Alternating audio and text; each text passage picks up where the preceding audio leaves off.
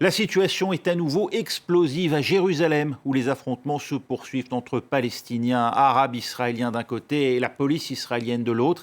Il y a déjà plus de 300 blessés pour cette seule journée de lundi, après déjà un week-end de violence.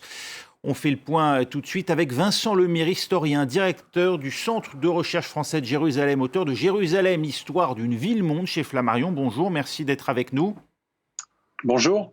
À l'origine de ces heures, il y a cet accès rendu problématique à l'esplanade des mosquées, l'accès en particulier au Dôme du Rocher, à la mosquée Al-Aqsa. Il faut rappeler qu'il s'agit là du troisième lieu saint de l'islam.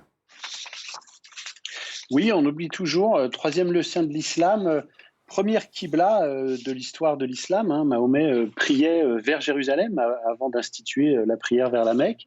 Première qibla de l'islam et dernière qibla de l'islam.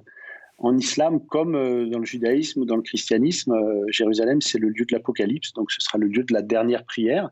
Et puis, il ne faut pas oublier que le Dôme du Rocher, c'est le plus ancien monument islamique conservé au monde. C'est bien plus ancien que tout ce que vous pouvez trouver à la Mecque ou à Médine.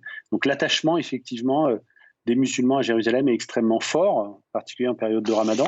Mais l'attachement aussi des habitants de Jérusalem, des Palestiniens de Jérusalem, à ce monument emblématique de leur identité.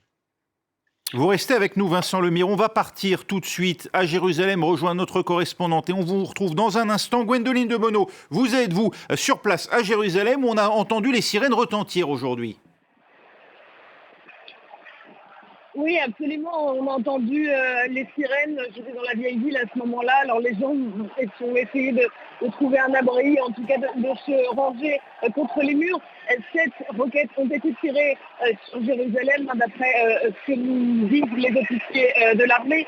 Une de ces roquettes a été interceptée par le dôme de fer et les autres sont tombées dans des endroits sans faire de dégâts. En tout cas, c'est ce qu'on nous rapporte pour l'instant. On a entendu très clairement le bruit sourd très caractéristique de ce système de défense du dôme de fer qui arrête une roquette. En tout cas, ce qui est important de noter, c'est que c'est la première fois que le Hamas tire des roquettes sur Jérusalem depuis 2014. Depuis 2014, c'est la guerre à Gaza, la dernière guerre à Gaza. Et les officiers de l'armée nous disaient que pour eux, c'était une escalade claire, une provocation claire, et qu'il y aurait une réponse extrêmement rapide. Sur place, on le voit sur ces images, les affrontements ont redoublé de violence, au point même qu'on a dû évacuer le mur des Lamentations. Alors, il y a eu les affrontements très violents qui se sont concentrés vraiment dans la matinée, en petites heures du jour, quand les jeunes Palestiniens qui ont dormi sur les semaines des mosquées ont affronté les forces de police israéliennes qui sont entrées sur le site. Les jeunes Palestiniens craignaient que des Juifs ne montent sur ce qui est pour la communauté juive le mont du Temple. La police les en a empêchés, mais cela n'a pas suffi. Les affrontements ont commencé. Ça s'est calmé aux alentours de la prière de midi. Cela a un petit peu repris dans la vieille ville. Mais la situation est calme. En tout cas, après les tirs de roquettes, effectivement, le mur des Lamentations a été évacué. Et là, je me trouve aux entrées de la vieille ville où plusieurs groupes de nationalistes juifs veulent entrer dans la vieille ville. Les policiers semblent en empêcher certains. En tout cas, ils les interdisent de passer par le quartier musulman, ce qui était prévu initialement au cours de cette marche des colons qui devait avoir lieu et qui a été annulée par le gouvernement israélien, soucieux d'éviter une escalade à Jérusalem, mais également à Gaza. Et ce n'est pas ce qu'il semble ce soir se passer après ces tirs de roquettes. Merci Gwendoline de Bono avec nous en direct de Jérusalem. On retourne voir Vincent Lemire. Vincent, pour comprendre ce qui se passe, il y a effectivement ces marches de colons ou d'ultranationalistes juifs dans la vieille ville qui sont perçues comme des provocations. Il y a aussi ces restrictions à l'accès de l'esplanade des mosquées qu'on évoquait à l'instant, encore une fois, qui abrite les troisièmes lieux saints de l'islam, appelé également Mont du Temple par les juifs qui vivent à Jérusalem. Oui, et là, de ce point de vue-là, on est vraiment sur... Gwendoline parlait de 2014 pour les derniers tirs de roquettes, c'est tout à fait exact. Pour ce qui est de l'esplanade, je mettrai en ligne les événements du moment avec la crise des portiques, ce qu'on a appelé la crise des portiques en juillet 2017, où après une attaque sur des policiers israéliens, Benjamin Netanyahou avait tenté de mettre en place des portiques de sécurité autour de l'esplanade, ce qui était de facto une forme de fermeture, parce que ces portiques ne pouvaient laisser passer que quelques milliers de personnes par heure. Et à ce moment-là, la jeunesse palestinienne s'était déjà mobilisée victorieusement pour faire démonter ces portiques, ce qui avait été fait quelques jours après leur mise en place. Donc là, on est vraiment sur une revanche de ce moment-là. Et ce qui est très frappant, effectivement, parce que c'est cette de fois-ci, voir il y a eu que, aussi des restrictions à l'accès. Il faut l'expliquer peut-être pour qu'on comprenne. Oui, il y a eu des restrictions, mais j'allais dire pas plus fortes que d'habitude. En période de Ramadan, quand la tension est un petit peu haute, il y a des restrictions, notamment pour les jeunes adultes, qui sont considérés comme les plus potentiellement les plus susceptibles de se mobiliser et d'affronter les forces de sécurité israéliennes. Mais ça, effectivement, ça c'est la séquence de la semaine dernière, c'est-à-dire ce qui a amené à l'explosion de violence de vendredi soir. C'est effectivement des restrictions et des réactions peut-être disproportionnées des forces de sécurité israéliennes. Aujourd'hui, je rejoins totalement ce que vient de dire Gwendoline.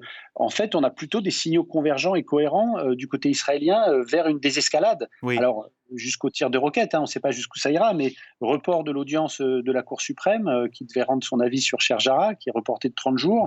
Ce matin à 6h30, une demi-heure avant l'ouverture des portes de l'esplanade des mosquées, la police israélienne annonce que les juifs israéliens ne pourront pas monter sur l'esplanade, ce qui fait qu'on arrive à une situation très paradoxale. Le jour même où Israël doit célébrer sa souveraineté sur la vieille ville de Jérusalem, la police israélienne annonce que les juifs israéliens ne pourront pas aller sur l'esplanade, ce qu'ils font pourtant communément depuis plusieurs années. Cette désescalade, c'est la conséquence de quoi, Vincent Lemire? Des pressions américaines? Oui, exactement. Je vous rejoins sur ce point. On a tort de dire que les gouvernements israéliens sont sourds, n'entendent pas la pression internationale et sont sourds à l'opinion publique et en particulier à la diplomatie internationale. Là, il y a eu quand même des appels très forts. Ministre des Affaires étrangères jordanien, Conseil de sécurité, Maroc, Europe. La Jordanie qui a en gestion ces monuments, il faut le rappeler. Bien sûr, et puis la Maison-Blanche, vous avez raison, en fait c'est la fin de l'impunité pour le gouvernement israélien. La Maison-Blanche qui d'abord a fait des communiqués assez équilibrés, et puis cette nuit qui a appelé le responsable de la sécurité israélienne pour lui dire qu'Israël devait prendre les mesures appropriées pour un retour au calme. Et là, c'était un message explicite et exclusivement du côté israélien. Et de fait, il y a un certain nombre de reculs du côté israélien depuis ce matin. La parade qui est détournée, qui ne passe pas par la porte de Damas, la parade qui est quasiment annulée.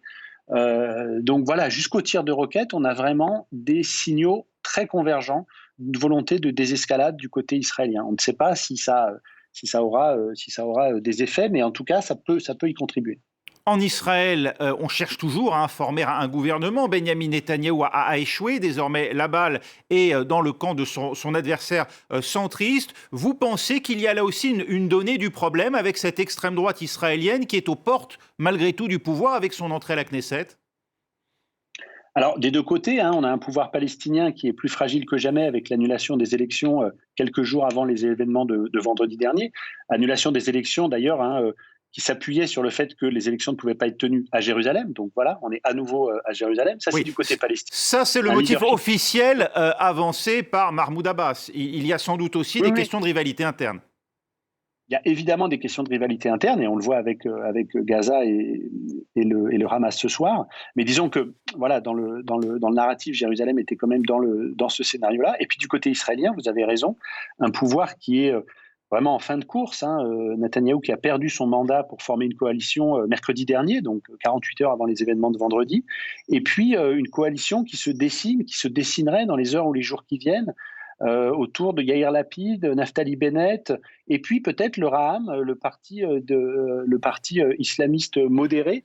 Et on comprend bien là que, évidemment, ce projet de coalition pourrait être fragilisé dans le contexte actuel parce que Naftali Bennett, quand même la droite nationaliste israélienne qui siégerait dans le même gouvernement qu'un parti islamiste modéré israélien, arabe israélien, si la situation venait à s'embraser du côté de Gaza ou du côté des villes arabes israéliennes ou du côté de l'Esplanade des mosquées, évidemment, ça rendrait les choses encore plus difficiles.